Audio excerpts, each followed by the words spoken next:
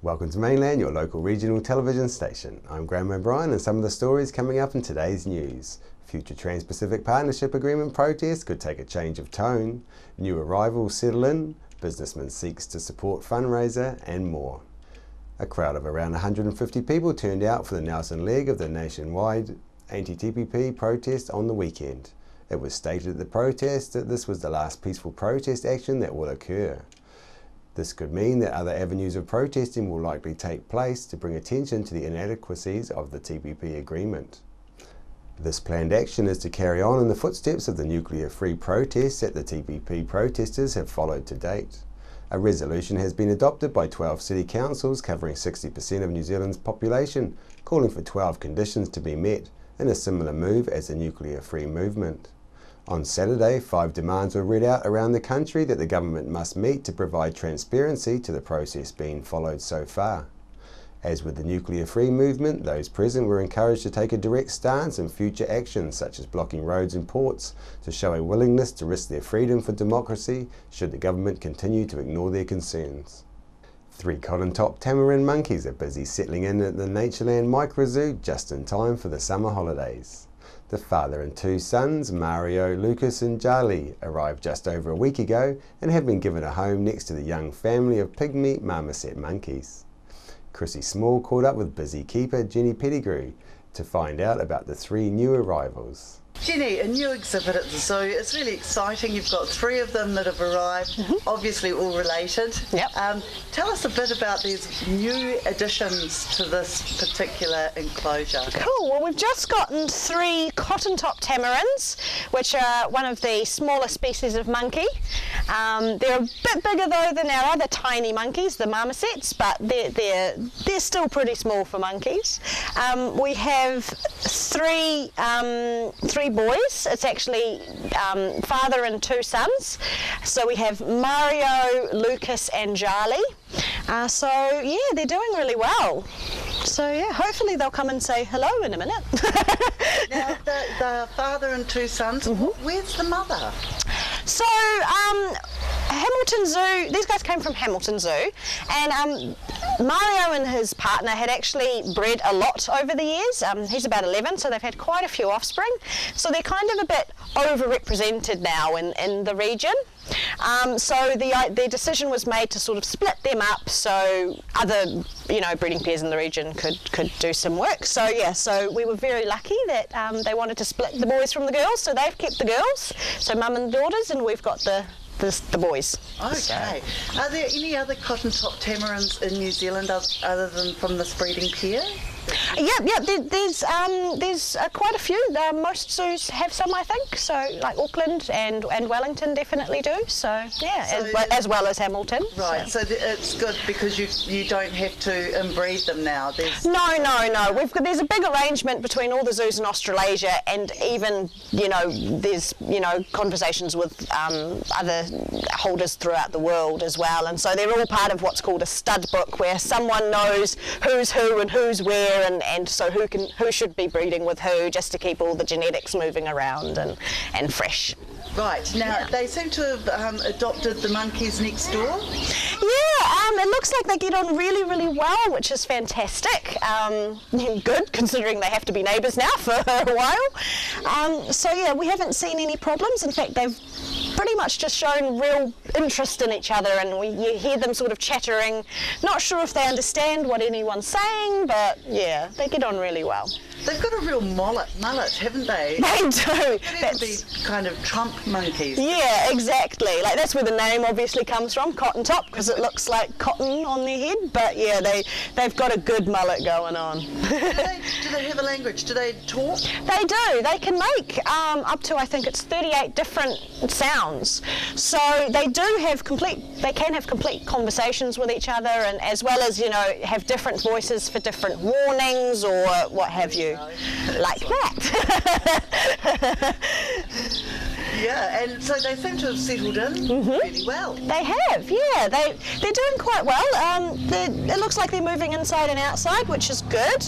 Yeah, they're doing really well. We've got Charlie out here at the moment. He's the youngest, and I think he's the most sort of outgoing. But yeah, it looks like they're doing really well. So Jenny, what kind of food do these monkeys eat? So they mainly eat sort of fruits and vegetables as well as insects. So we try and provide them that in their day, plus we give them some sort of commercially made items because they've got all the nutrients they need, so yeah. Oh, Jenny, look, they're going to be a real draw card, I'm sure. Hopefully, yeah. It's a real excitement for the locals, and especially for the young ones. They must be really... It is, yeah. We're really hoping everybody comes to love them as much and get excited about them as much as we are. They are very interesting and they are very fun. So, yeah, and being that they are very critically endangered, it is great that we've been able great to be able to bring them here to do some education and get the word out about them. Are they only found in South America? Yeah, they're actually only even found in Colombia, so not even the whole of South America, it's only Colombia. So luckily though, and because of that and because of deforestation and the pet trade, the illegal pet trade, their numbers have declined rapidly. But luckily there are projects like Proyecto Titi, which is basically trying to bring, educate everybody on the wild populations and protect the wild populations. So there is good work going on, so we just need to keep the education going about that and keep that going. Lovely. Jenny, look, thank you so much. It's a real pleasure to be here. And look, I'm going to bring more people through, try and get some of our native kids down here. Yeah. It's a real treat for them. Thank you. Yeah, no, Natureland, it's come a long way, and we're hoping to keep going. So yeah, we need as many people to come and see us as possible.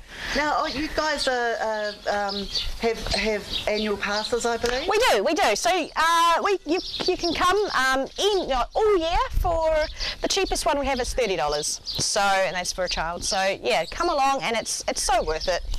And we're here. So. Well, why not? If you can't come to see the animals, come and see the staff. Exactly. So definitely come, because we've got a lot going on, and hopefully, lots going on over summer too. So great. Thank you very much. You're welcome.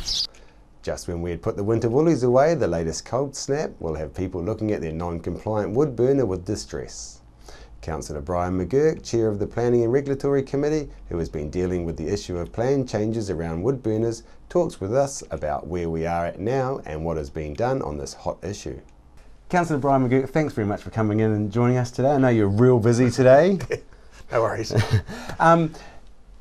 The Planning and Regulatory Committee made a recommendation to full council the other day on the wood burner rules. Now, could you please just give us a rundown on what this means and where it's going, please? Okay, quite simply, Nelson currently has a Nelson Air Quality Plan.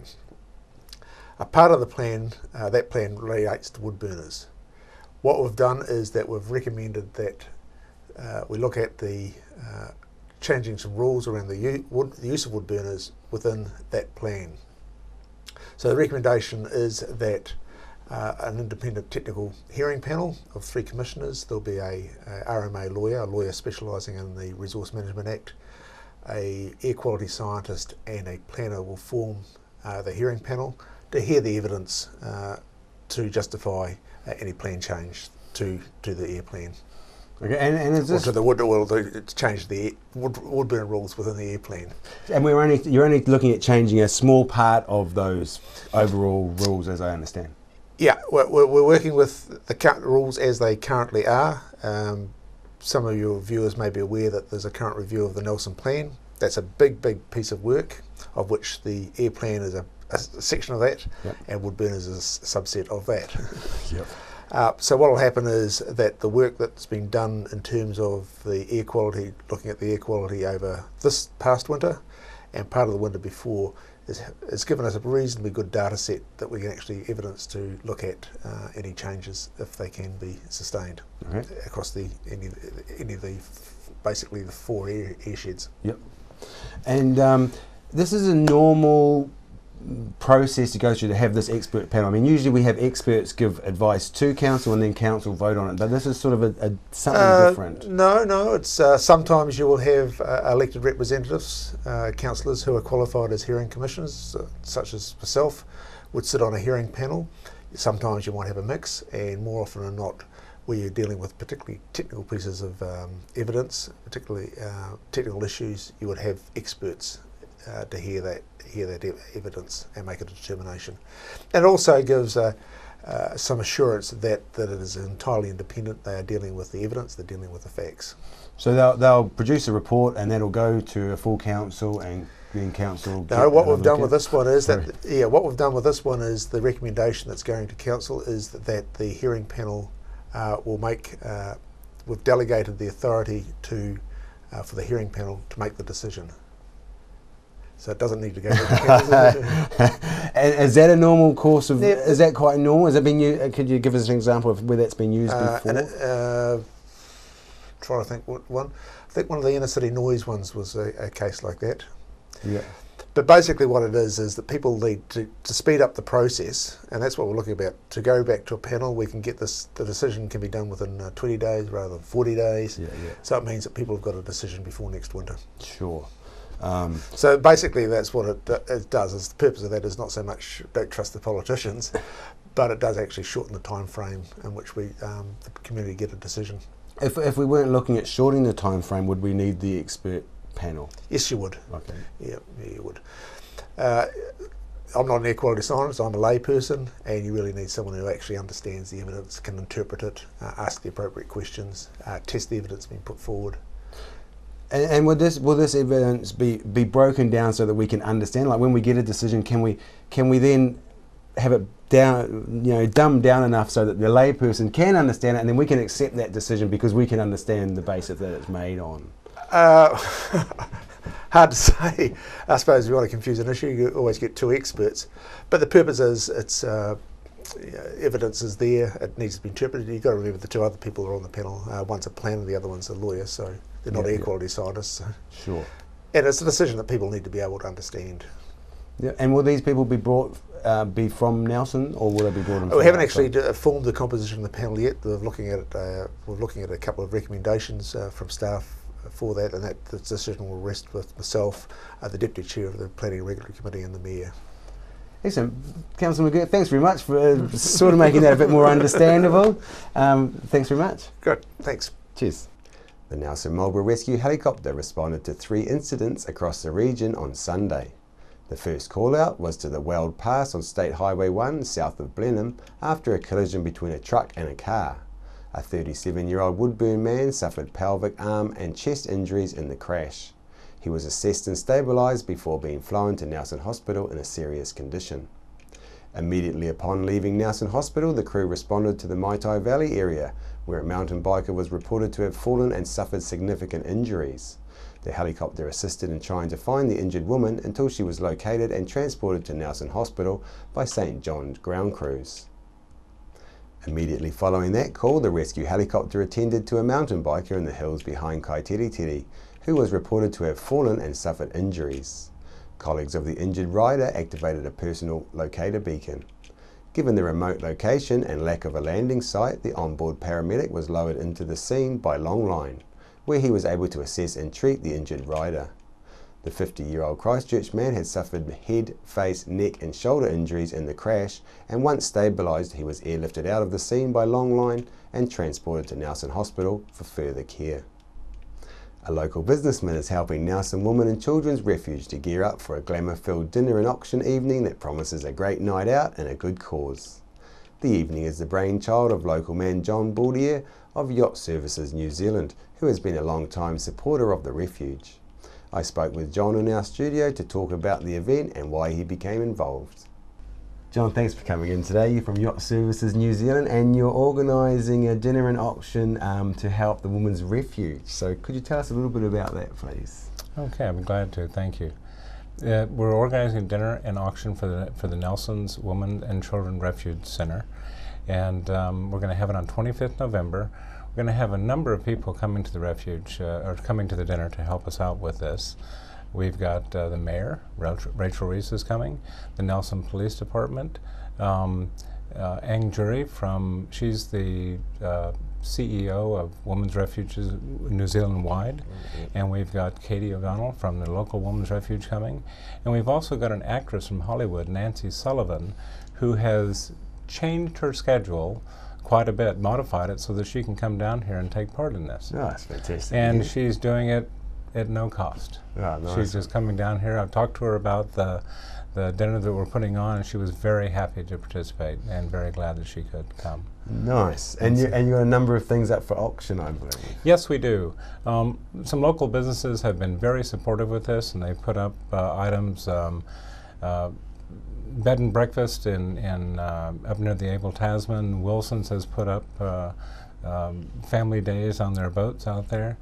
We've had a number of different companies here in town put up different items. Tonelli, the bicycle clothing shop, Kite Surf, Pomeroy's, the list just goes on. And so we have a number of different things that will be coming up for silent auction and for auction that will hopefully inspire the public to donate some money for the Women's Refuge. Yes, it's fantastic to hear, all the local community getting behind something that we need in our local community. Oh, it's amazing. Gourmet Catering, Carol from Gourmet Catering is a lifesaver. She came in and she's really helping me out quite a bit with the different food items and stuff like that we'll be having as well. Great. Yeah. That's great. And I understand that you do actually do more than just this. You actually help out with hampers and such for the families over Christmas. And for the past 4 years, Yacht Services has been providing food at Christmas time for the Women's Refuge for all the people under their protection. And we provide heaters in wintertime, and also one of the petrol stations on Vickerman Street helps out with propane for the people for their stoves and things like that. Nice. Yeah. It's amazing. And John, can I ask, how did you get involved with the Women's Refuge? I mean, there's charities all over the place. Everyone's sort of needing some funds. How did you get involved? That's a very good question. 4 years ago, when we started down this path, we were talking about how fortunate we were, and we recognized there are less fortunate people in our community. We talked to just about every charity we could find in Nelson, asking what we could do. And by and large, they all said, you know what, we don't need your help, thank you very much. And we were so shocked with this. It was just not our experience. But the Women's Refuge did stand up and say we could use your help. And we met with them, and we met with the people who work there, and it just seemed like a very genuine place. And we've been glad to help ever since. And we feel like they're friends. Yeah. They're friends. It seems quite amazing to me that they were the only ones to put their hands up. I mean, things must have been a bit better a few years ago, maybe. I can't speak to that, but I'm glad they did. Listen, well, it's great to hear about your dinner and auction, and I'm sure it'll go well. Thanks very much for all that you do in the community. Thanks very much for everything you do for the Women's Refuge in particular. Well, thank you. I appreciate the opportunity to be here. Excellent. Thanks very much. Okay. For more information, please contact John. Nelson Police were at the scene of a suspicious car fire on Saturday morning, investigating the fire after a 1987 Toyota Celio was set alight in the early hours of Saturday morning. According to Nelson Fire Service Senior Station Officer Craig Davies, the fire was already out around 5 AM when the firefighters arrived at the St. Lawrence Street site. He said the fire is suspicious because someone did try to burn it. After the break, we'll bring you the latest weather update and some events and happenings coming up from around the region. Edward Gibbon, the bathroom specialist, have a great range of bathroom ideas at their showroom at 23 McGlashan Ave in Richmond. Call in and check out some of the latest bathroom designs and fittings. Edward Gibbon, the bathroom plumbing and drainage supply specialist, 23 McGlashan Ave, Richmond. Are you looking for a scooter, walker, wheelchair, baby seats or pushchairs? Then come in and see the Nelson Region Specialist at Mobility for You, 269 Queen Street, Richmond, opposite the library. We have a huge selection of scooters, walkers, wheelchairs and accessories, along with a free booklet guide. We also provide a breakdown service if you ever get a puncture or a flat battery. We have fully equipped service vans to rescue you. Hi, I'm Robin Jordan, and I invite you to call in and see the friendly team at Mobility for You, 269 Queen Street, Richmond, opposite the library. Welcome me hearties to Smuggler's Pub and Cafe, famous for hearty meals, craft ales and a friendly service way. Sensational seasonal menus with meals all day and evening too, or sail in for a snack with special menus for young smugglers and you. Settle in for a jolly old time, relax and enjoy our award-winning dining and lovely fine wine. Decked out in an old worldly way, we're open 7 days. Book or come on in to 8 Muritai Street, not far from a beach, walk or swim. Phone 546408. We're the team at JCar, right here in Nelson, 120 Hardy Street. Our shop is full of electronic items, including security alarm systems, electronic components, solar and power, electronics toys,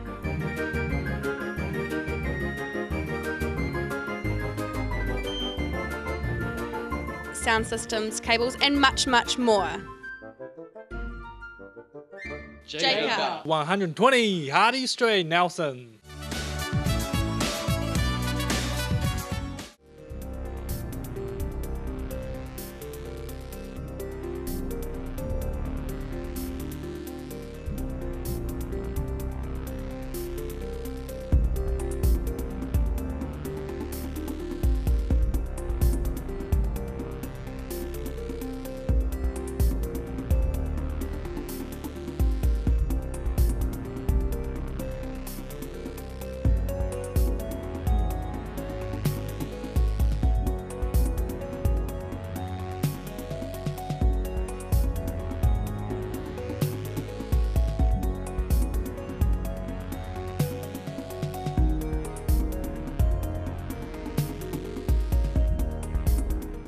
Victory 60 Plus is on Tuesdays at 1:30 through to 3:30 p.m. at 238 Upper Vanguard Street. You can join in for cards, games and a cuppa. On behalf of the team here at Mainland Television News, thank you for joining us, and we'll bring you the latest news and events from around the region again tomorrow.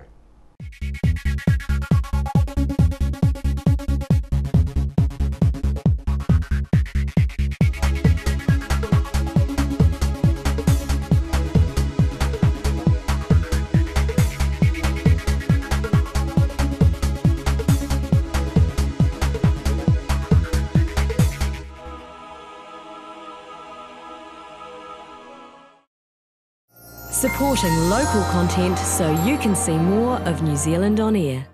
G'day, it's your old mate the Mad Butcher, and you're watching Mainland TV. Are you tired of endless reality shows? Would you prefer to watch captivating documentaries? They have swallowed cars. Exciting movies. Go ahead, load up and shoot. Music for the soul. And if you think I'd ate your fish and chips, I did, you're mistaken. Programming from around the world. Places to visit.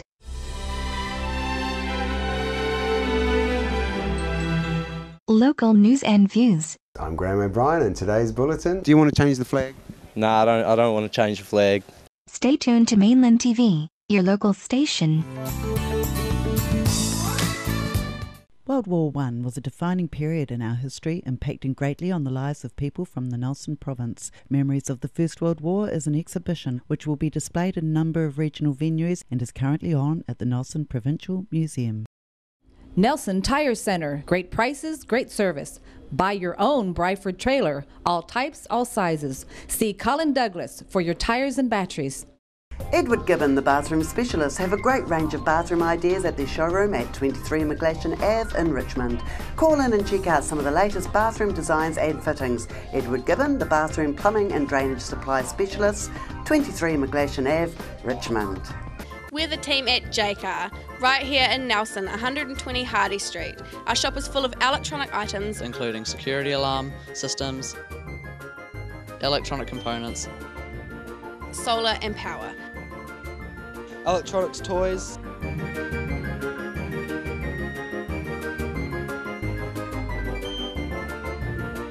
sound systems, cables and much, much more.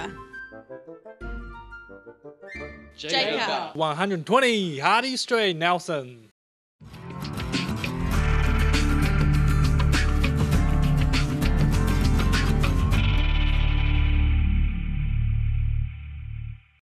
Hi, I'm John Crouch. I'm Crafer Crouch Construction. We're general contractors here. We specialise in drainage, earthworks, concrete, gravel supplies. We have our own mobile crushers. So for all your contract requirements, call us on 5783 475 Blenheim or in 5736 119 Picton. Why would you want to pay as much as $1,000 for a single bed mattress when you can buy a high quality locally made mattress like this for as little as $220? And a queen size mattress could cost you in excess of $3,000, but at Nelson Beds you could have a mattress like this as low as $425. So why would you go out and spend a fortune on your child's bedroom when you can come to Nelson Beds and buy a complete single mattress and base set, a 7-drawer Scotch chest, a headboard and a 3-drawer bedside cabinet for as little as $979? So call and discuss our custom manufacturing options and local after sales service at Nelson Beds, Nelson's only bedding manufacturer.